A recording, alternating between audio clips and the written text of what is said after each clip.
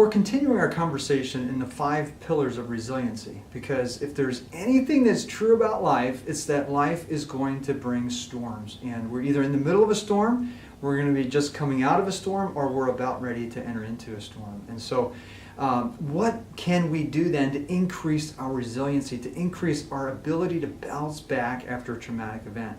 And so today's episode, today's video is going to be on the social pillar, all right? So when I think about the social pillar and I think about some of the challenges that face military families and especially military teens, here are some things that come to mind. I think of what it feels like to be the new kid at school again. Oh, sometimes I wish that like civilian kids could maybe move just once, or they could be the new kid at school just once so they could feel what it feels like to walk into the school for the first time. And it can be so frightening, it can be so challenging, especially if you're in a stateside assignment. What I found about overseas assignments is you have the dot schools and everyone's kind of going through the same experience, and there is amazing continuity that comes, there's amazing support that comes from just being surrounded with people who are going through the same thing that you're going through. But I think also of that feeling of, I don't feel like I fit in here. Like I feel like nobody knows me, nobody understands me.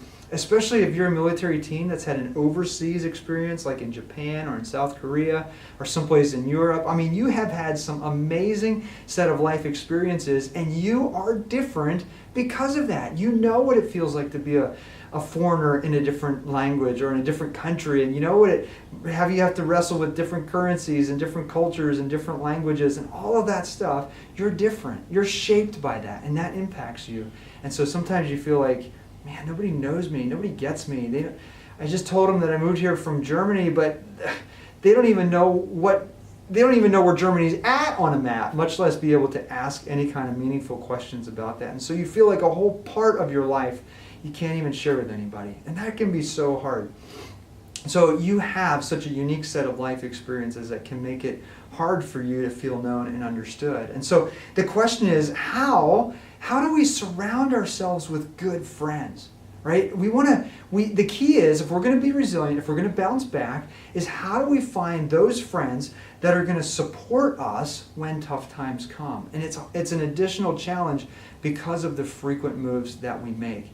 So what things do we need to look for? What kinds of friends should we find? And so I've got just 2 really, really simple suggestions, things that may be helpful, because you want to surround yourself. You as a military teen are going to need to be extra intentional to surround yourself with friends who are going to build you up and not tear you down. Okay? So first thing I want you to do is this. You got to be intentional, but I want you to create a list of 3 to 5 people who are your champions. Right? 3 to 5 people who are going to support you, encourage you, and just be your champions when times get tough. Make a list of those people, okay? I think of a boxer in the ring, okay? There might be hundreds, maybe even thousands of people that are shouting and screaming, and then on top of that you've got an opponent who's trying to knock your brains out, okay? And a boxer is enduring all kinds of challenges.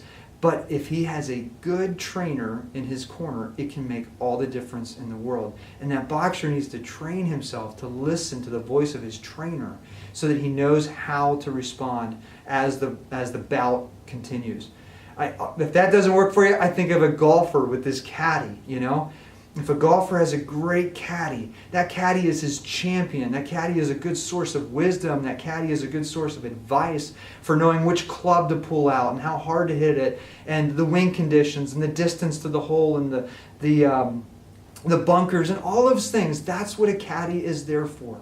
And so you need to have a great trainer in your corner. You need to have a great caddy that's rooting for you. So who are those 3 to 5 people that are going to be there for you when times are tough? And you need to stay connected to them. Even if you move from one duty station to the next, you need to look for those 3 to 5 people. And maybe they're friends your age, but maybe they could be a little bit older too, and that's okay. So the second thing I would suggest to you is this. When you're at school, I need you, this is for your benefit, to strengthen your social pillar. Be wise in the friends that you choose to hang out with after school. Okay? So when you're at school, I want you to pay attention to a couple things.